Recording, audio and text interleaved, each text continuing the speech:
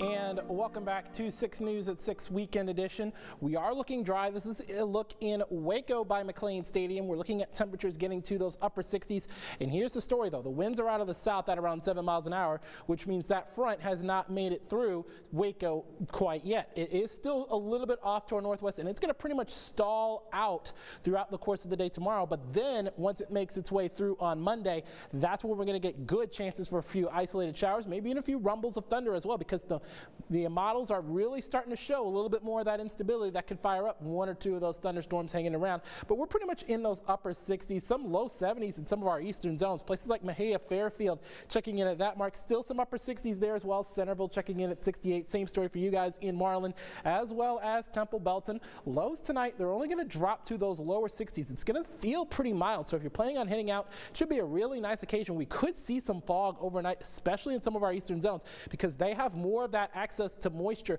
from that Gulf of Mexico than our western zones do. Could still be mostly cloudy throughout the course of the night on your Saturday night through the day on Sunday. And yep, some areas might even get to the 80-degree mark even tomorrow, especially east of the I-35 corridor. Could start off with a little bit of fog, but then that fog's going to mix out and those winds are going to pick up as well. We could be at around 10 to 20 miles an hour in terms of that. As a result of that, I'm going to give that an 8 on the joy meter. That's not really a 9 or a 10 because yes, we're going to be above average for lows. In fact, that's 63. That's our average high for this time of year, and that's our low temperature. We're going to get really close to that 80-degree mark. I'm going to tell you right now, it's going to feel really warm, but then as we head through later on in the afternoon, heading into the overnight hours of Sunday into early Monday morning, we do have that frontal boundary sliding through, and there are those chances for thunderstorms, mainly in some of our northwestern zones to start, and then it's going to sweep on through as we head throughout the course of the early morning hours of Monday, and then we should start to dry out and cool down. I think that 68 is going to be more of a morning high. We're going to start off with that southerly flow,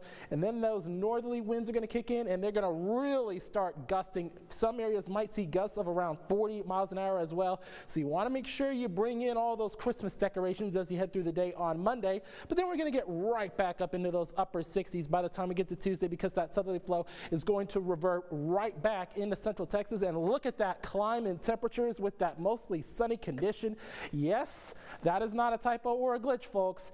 80 on Thursday, 82 on Friday, looking mostly dry as well, especially Friday, because we're going to have that southwesterly flow as opposed to southeasterly flow. We will